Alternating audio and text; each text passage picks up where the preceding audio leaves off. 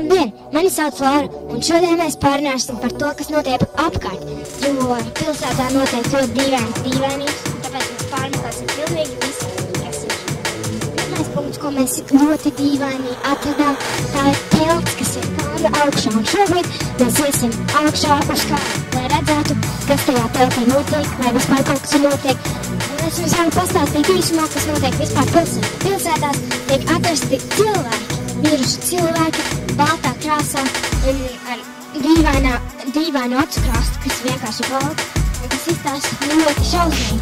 Kā arī viņiem ir ļoti daudzās vietās kodumi, vai arī vispār nav nokomentāri. Tāpēc tagad mēs iesim un apskatīsimies, kas īsti notiek.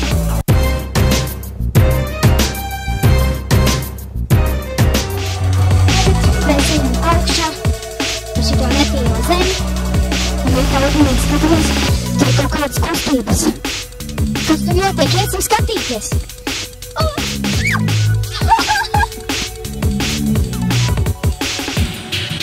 Varbūt mēs iesim pa citu pusi.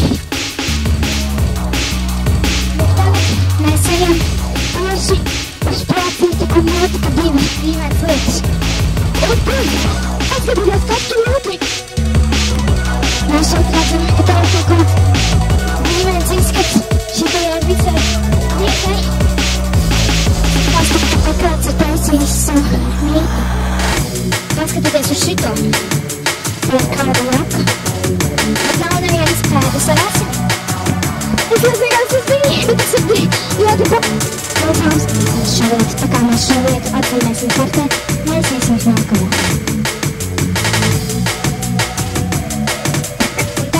Mēs ejam tieši lejā uz nākamo punktu.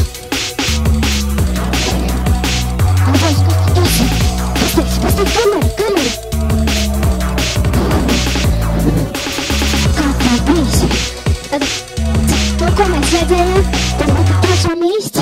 Mēs esam atraduši kaut kādu dīvainu vietu. Nākam līdzi.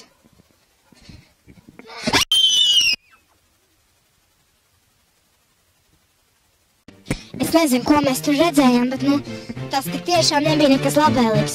Šobrīd mēs atrodamies tajā pašā vietā, bet tikai bišķiņ tālāk no tās vietas. Tagad mēs ejam uz citu dīvainu vietu, kas mums likās ļoti dīvaini, jo tur notika paranormāls uzrādības, vai parādījums. Jā, tāpēc mēs tagad iesim iespējams uz ļoti vecu mājas poķi.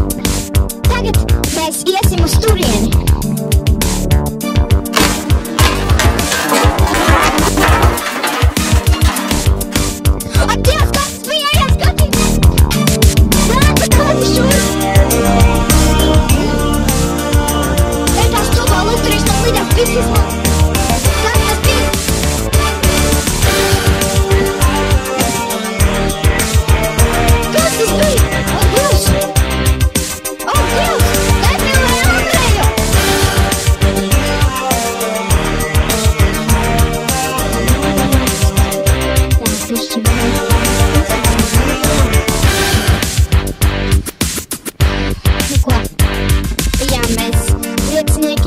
Šausmīgām lietām, ko tad iesim uz mūsu koridoru.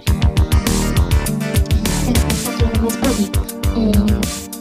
Tā ir māja, kur vispār nekas nav kādu testu mums bijis aizsīts. Un dīvains solis no augšā. Bet tā mēs arī kāpsim augšā. Šobrīd mēs jau atrodamies 7. stāvā. Tiešām